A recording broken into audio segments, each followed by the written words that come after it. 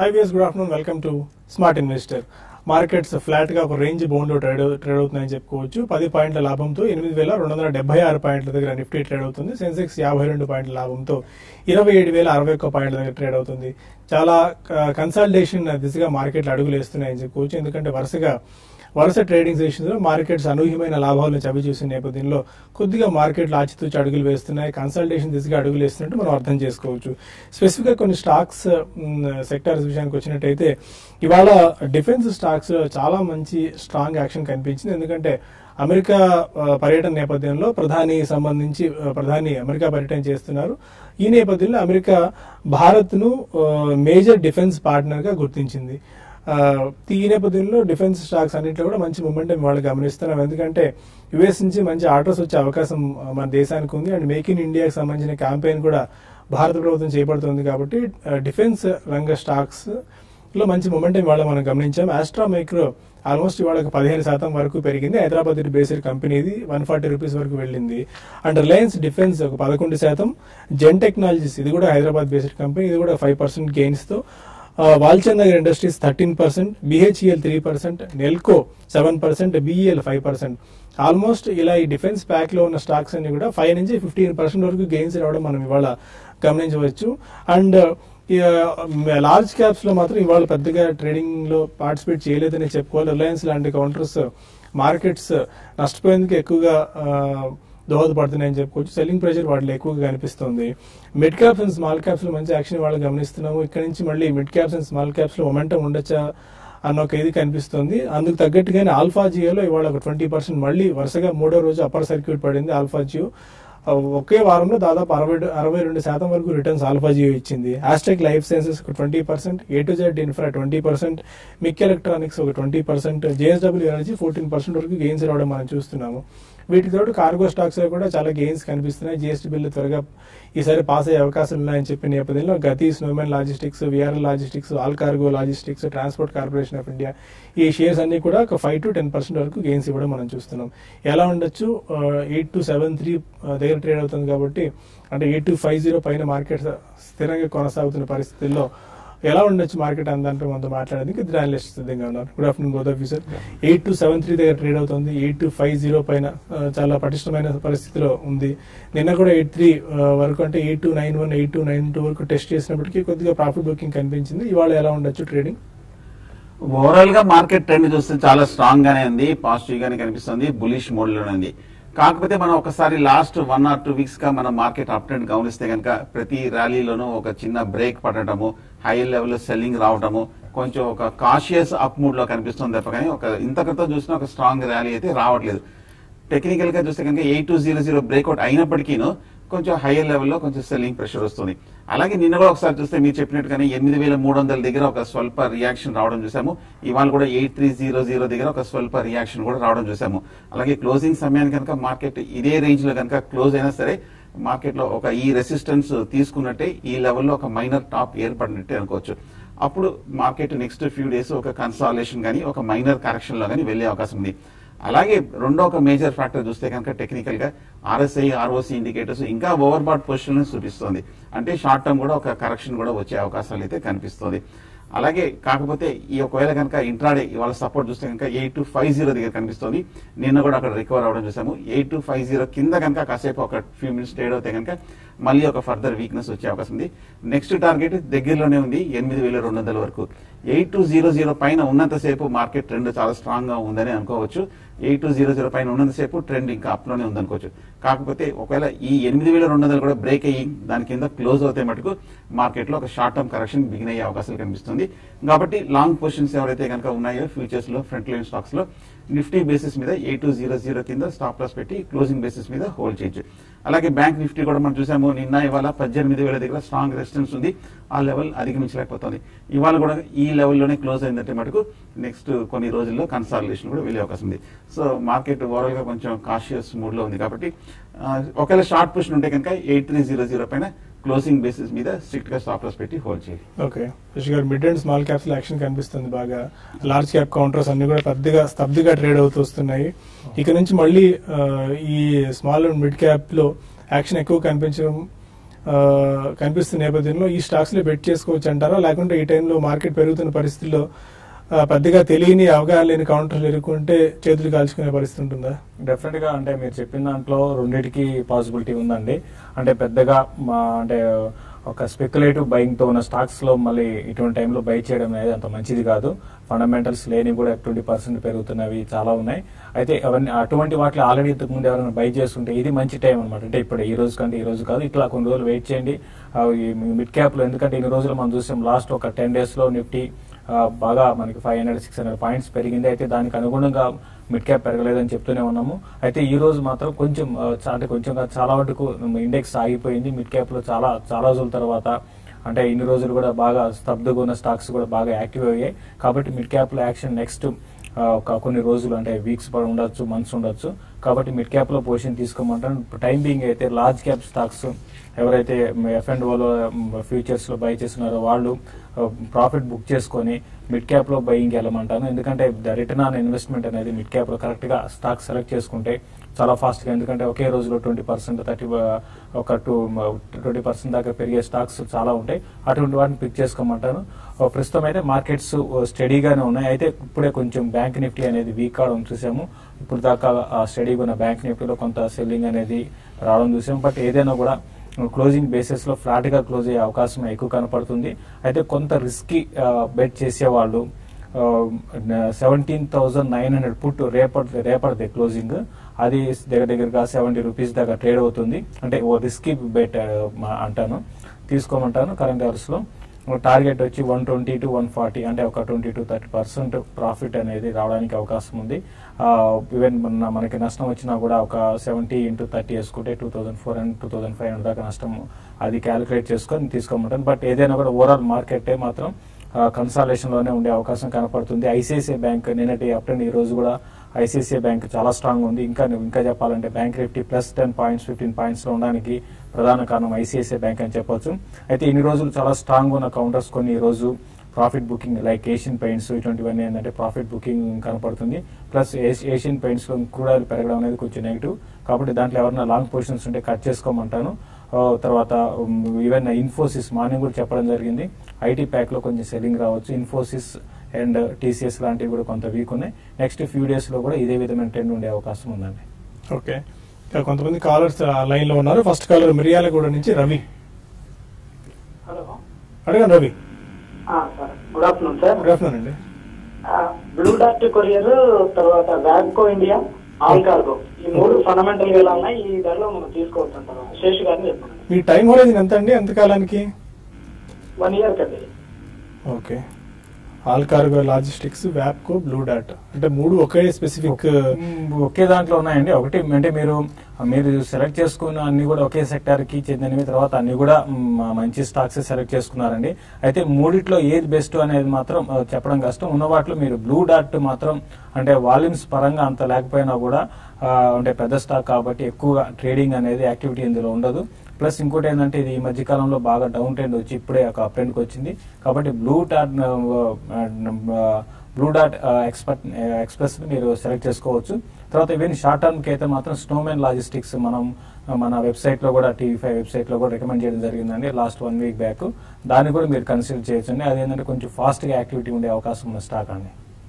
Okay, Vamsi Krishna అడుగుతున్నారు. నమస్కారం అండి. నమస్కారం వంశీకృష్ణ గారు, చెప్పండి. నాకు ఒక 6 months కమిట్మెంట్ ఉందండి. దానికోసంగా కొంచెం ఏమైనా 2-3 స్టాక్స్ మీద ఐడియా ఉంది.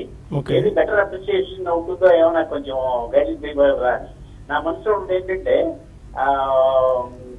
Bajaj finance, Ujjivan finance and NBCC, ఈ మూడు ఉన్నాయి. ఈ మూడిట్లో ఏది ఒక 6 months కమిట్మెంట్ తోటి ఏది బెటర్ అవుతుందో కొంచెం చెప్పగలరా?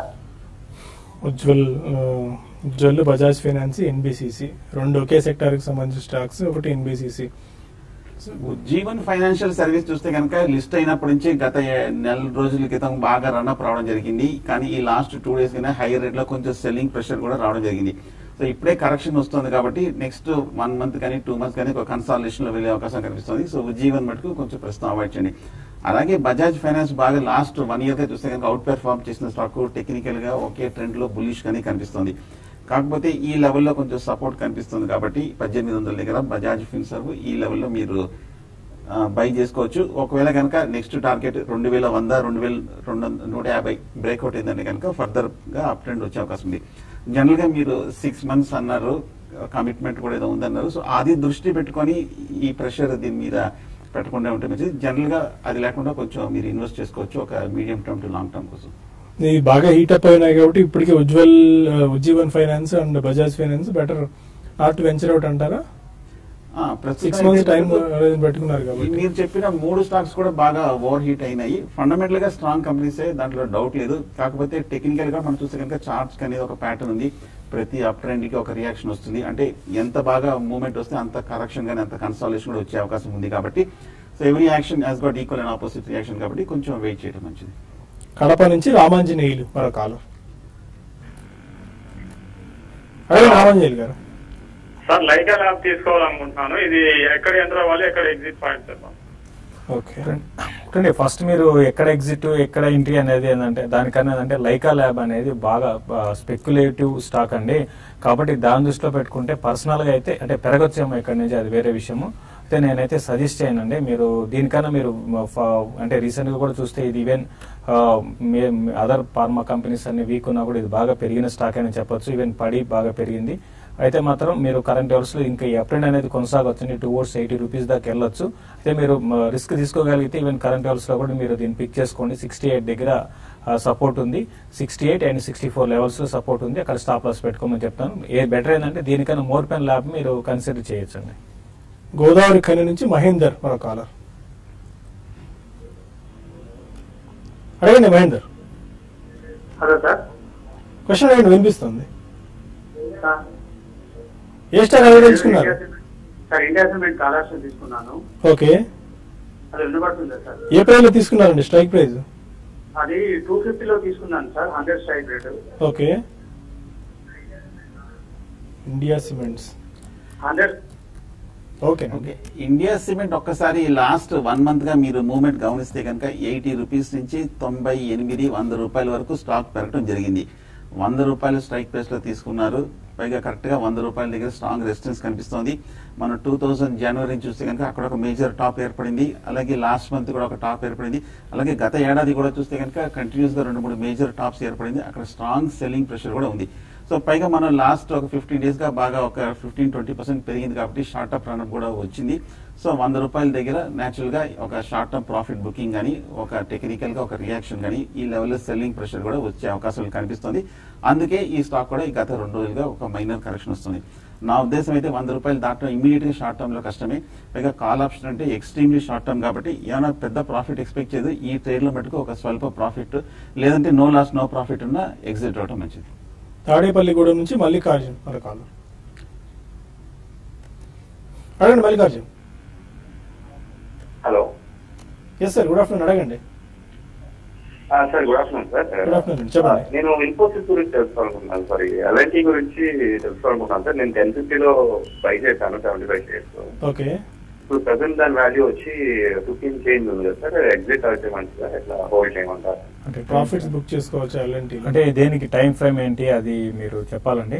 బట్ ఏదైనా కూడా ఇమీడియట్ ట్రెండ్ అయితే మాత్రం ఎల్ఎన్టీకి మనకి చూస్తున్న రిజల్ట్ తర్వాత చాలా స్ట్రాంగ్ గా ఉన్న కౌంటర్ అండి. ఈ ట్రెండ్ అనేది కొనసాగి 1600 అండ్ 1620 దాకా, అంటే ఇక్కడ నుంచి 100 రూపాయలు రావచ్చు. అయితే దీనికి ముందు ఒక 1540 దగ్గర కొంత రెసిస్టెన్స్ ఫేస్ చేయొచ్చు అండి. ఫేస్ చేసి మళ్ళీ 1460 ఆ లెవెల్ కూడా టెస్ట్ చేసే అవకాశం ఉంది. ఇవన్నీ ఏంటంటే షార్ట్ టర్మ్ అనమాట. బట్ అది కాదు, నేను నెక్స్ట్ క్వార్టర్ వరకు నేను వెయిట్ చేయగలుగుతానంటే మధ్యలో ఒక కరెక్షన్స్ వచ్చినా కూడా మళ్ళీ స్టాక్ లో 1660 ఆ లెవెల్స్ దాకా వెళ్ళొచ్చు. 2 to 3 months టైం పెట్టుకుంటే మాత్రం డెఫినెట్ గా మీరు హోల్డ్ చేయమని చెప్తాను. చాలా స్ట్రాంగ్ ఉన్న counter, by and dips counter అండి ఇది. వాడు ఎల్ఎన్టీలో కూడా ఒక న్యూస్ కూడా వచ్చింది. వాళ్ళు ఫిఫాకి సంబంధించిన వరల్డ్ కప్ 2022కి పెద్ద స్టేడియం కూడా కన్స్ట్రక్ట్ చేయబోతున్నారు. దానివల్ల ఎల్ఎన్టీలో వాళ్ళు మంచి యాక్షన్. ఎల్ఎన్టీకి ఆర్డర్ పెద్ద ప్రాబ్లం లేదండి. ఆర్డర్ బుక్ చాలా స్ట్రాంగ్ ఉంది. అయితే ఎగ్జిక్యూషన్ మధ్యలో ఏంటంటే వీళ్ళకి కొన్ని ప్రాజెక్ట్స్ లేట్ కావడము, తర్వాత ఆగిపోవడము, దానివల్ల ఏంటంటే ఇన్ని రోజులు కూడా ఏంటంటే ప్రాఫిట్స్ తగ్గాయి. బట్ ఇక్కడ నుంచి ఎగ్జిక్యూషన్ స్ట్రాంగ్ ఉంటే మాత్రం డెఫినెట్ గా ఈ స్టాక్ ప్రైస్ అనేది వాల్యుయేషన్స్ ఇంకా పెరిగే అవకాశం ఉంటుంది. కాబట్టి దాని దృష్టిలో పెట్టుకుని ఎవరి డిప్లో బై చేయొచ్చండి. హైదరాబాద్ నుంచి నవీన్ రెడ్డి మరో కాలం. అడగండి నవీన్ గారు. హలో. నేను మ్యాన్ ఇన్వెస్ట్మెంట్స్ కొన్నానండి, ఒక 12,000 షేర్స్. ఏ ప్రైస్ లో తీసుకున్నారండి? అప్రాక్సిమేట్గా 75 రూపీస్ అండి. ఓకే. సో కొంచెం అంటారా మరి తీసేయమంటారా?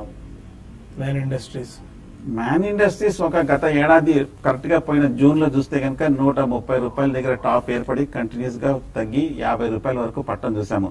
అలాగే లాంగ్ టర్మ్ చార్ట్ చూస్తే కనుక గత ఏడాది 2015 లో కూడా కరెక్ట్ గా 50 రూపాయల దగ్గర మేజర్ సపోర్ట్ కనిపించింది. ఈ ఏడాది కూడా 50 రూపాయల దగ్గర మేజర్ బాటం కనిపించింది. అలాగే 2014 లో కూడా 50 రూపాయల దగ్గర లాస్ట్ 3 ఇయర్స్ గా కంటిన్యూస్ గా 50 రూపాయల దగ్గర లాంగ్ టర్మ్ సపోర్ట్ ఏర్పడింది. సో టెక్నికల్ గా బేరిష్ గానే కనిపిస్తుంది. కాకపోతే ఈ లెవెల్లో లాంగ్ టర్మ్ చార్ట్స్ లో కొంచెం ఓవర్ సోల్ పొజిషన్ కనిపిస్తుంది. పైగా కరెక్ట్ గా మద్దతు దగ్గర ఉంది కాబట్టి ఈ కరెక్షన్ ఇక్కడ ఆగే అవకాశాలు కనిపిస్తుంది. ఇమ్మీడియట్ గా బుల్లిష్ ట్రెండ్ ఎక్స్పెక్ట్ చేయదు. ఏమైనా కొంచెం స్లోగా కన్సాలిడేషన్ అయ్యి ఏదైనా పాజిటివ్ న్యూస్ వచ్చి ఏదైనా బ్రేక్అవుట్ అయిందంటే కనుక మీ రేట్ వచ్చే అవకాశాలు కనిపిస్తుంది. ప్రస్తుతం బట్టి కొన్నాళ్ళు ఓపిక్ గా వెయిట్ చేయక తప్పదు. హైదరాబాద్ నుంచి సంతోష్ మరొక అడగండి. సంతోష్ హలో అడగండి, వినిపిస్తుంది. Ashok Leyland UPL. Okay. Ashok Leyland UPL. Okay. 110 and 108 లో కొన్నాము. హోల్డ్ చేయొచ్చు. అశోక్ లేలాండ్ యూపీఎల్ కానీ రెండు కూడా చాలా మంచి స్ట్రాంగ్ కౌంటర్స్ ఉన్నాయి. ప్లస్ ఈ రెండిట్లో ఉన్నది అంటే సిమిలారిటీస్ లాస్ట్ ఒక 1.5 year గా చూస్తుంటే స్టడీగా ఈవెన్ మార్కెట్ వీక్ గా ఉన్న టైంలో కూడా స్టడీగా పెరుగుతున్న స్టాక్స్. ప్లస్ ఈవెన్ రిజల్ట్ పరంగా కూడా ఈవెన్ ఫండమెంటల్స్ కూడా స్టడీగా ఉన్నాయండి. కాబట్టి మీరు రెండింటిని కూడా మీరు లాంగ్ టర్మ్ కి షార్ట్ టర్మ్ కి హోల్డ్ చేయండి. ఇంకా యూపీఎల్ అయితే ఇప్పుడు మనకి 620 ఆ లెవెల్ కొంత రెసిస్టెన్స్ ఉంటుంది. అది కానీ క్రాస్ అయిందంటే 740, 750 లెవెల్స్ టెస్ట్ చేయొచ్చు. ఇంకా కొంచెం అశోక్ లైన్ మాత్రం ఇమీడియట్ గా కొంచెం ఈ లెవెల్ ఆగొచ్చు అండి. అయితే కొంచెం ఈ అప్ ట్రెండ్ కొనసాగిందంటే టువర్డ్స్ 120 వైపు అశోక్ లైలాండ్ వెళ్లే అవకాశం ఉంది. రెండు కూడా హోల్డ్ చేయొచ్చు. హైదరాబాద్ నుంచి రమేష్ మరొక సార్ గారు నమస్కారం అండి. నమస్కారం రమేష్ గారు, చెప్పండి సార్. నేను శేషి గారితో మాట్లాడాలనుకున్నానండి. అడగండి సార్. శేషి గారు నమస్కారం అండి. చెప్పండి. నా పోర్ట్ఫోలియోలో డిఫెన్స్ స్టాక్స్ ఏమి లేవండి. రిలయన్స్ డిఫెన్స్ కానీ ఆస్ట్రో మైక్రో కానీ లాంగ్ టర్మ్ కోసం ఎక్వైర్ చేద్దాం అనుకుంటున్నాను. మీ సజెషన్ చెప్పండి సార్. ఈ టైంలో but Astro Micro and Reliance Defence అంటే చేసుకోవచ్చా? ఒకటే అంటే చెప్పడం కష్టం అండి. ఒకటి ఆస్ట్రా మైక్రో అనేది కొంచెం వాళ్ళు చేసే డిఫెన్స్ తో టెక్నాలజీ బేస్డ్ ఉందండి. But Reliance defence compare to Astra Micro మీరు పిక్ చేసుకోమంటాను. ఈవెన్ కొంచెం డెట్ ఉన్నా కూడా ఈవెన్ లాంగ్ టర్మ్ కోసం దృష్టిలో పెట్టుకుంటే రిలయన్స్ డిఫెన్స్ ఆల్రెడీ కరెక్షన్స్ అయిపోయినాయండి.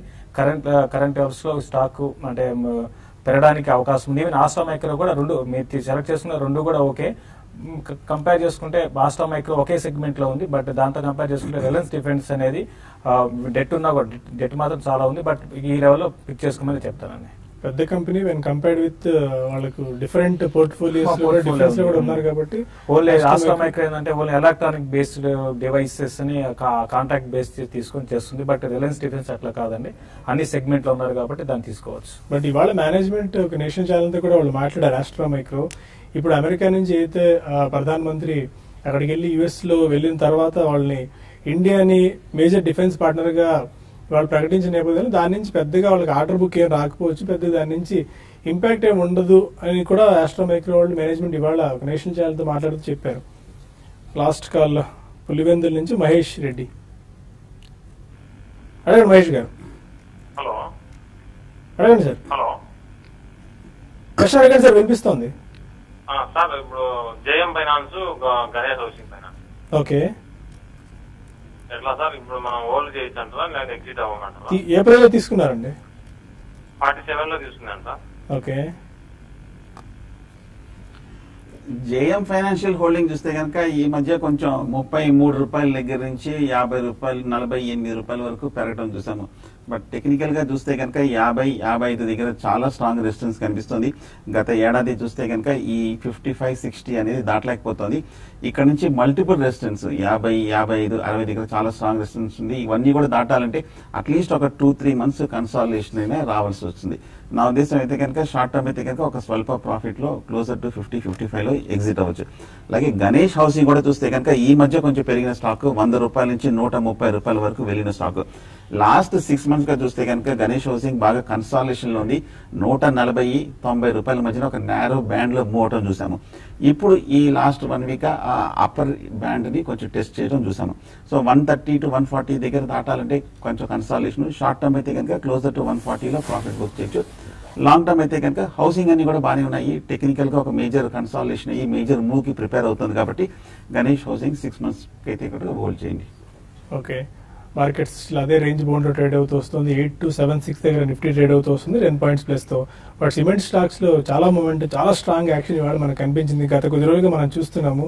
ఎందుకంటే వర్షాకాలం కూడా వాళ్ళకు ఇప్పుడు సీజన్ స్టార్ట్ అయింది కాబట్టి కొద్దిగా మళ్ళీ ఇంకా డిమాండ్ పెరుగుతుందేమో అని చెప్పి భావిస్తున్నారు. ఇప్పుడే మంగళం సిమెంట్, గుజరాత్ సిటీ ఒక 10% వరకు పెరిగాయి. డక్కన్ సిమెంట్స్ ఒక 10% వరకు పెరిగింది. ఆంధ్ర సిమెంట్స్, ఆల్మోస్ట్ సౌత్ లో ఉన్న major and most of cement stocks అన్ని కూడా చాలా గెయిన్స్ అయ్యాయి ఇవాళ. ఇన్ని closing trading remarks markets closing కూడా ఫ్లాట్ గానే క్లోజ్ అవుతుందండి. అయితే కొంచెం 80 నిఫ్టీ ఫ్యూచర్ బ్రేక్ అయితే కొంచెం వీక్ అవచ్చు. అదేవిధంగా బ్యాంక్ నిఫ్టీ 17,900 బ్రేక్ అయిందంటే కొంచెం వీక్ అవచ్చు. మిడ్ క్యాప్ లో యాక్షన్ ఎక్కువ ఉంటుందండి. Fine, thank you very much. ఇది ఇవాల్టి స్మార్ట్ ఇన్వెస్టర్. రేపటి బిజినెస్ బ్రేక్ఫాస్ట్ లో మళ్ళీ కలుద్దాం. Stay with us.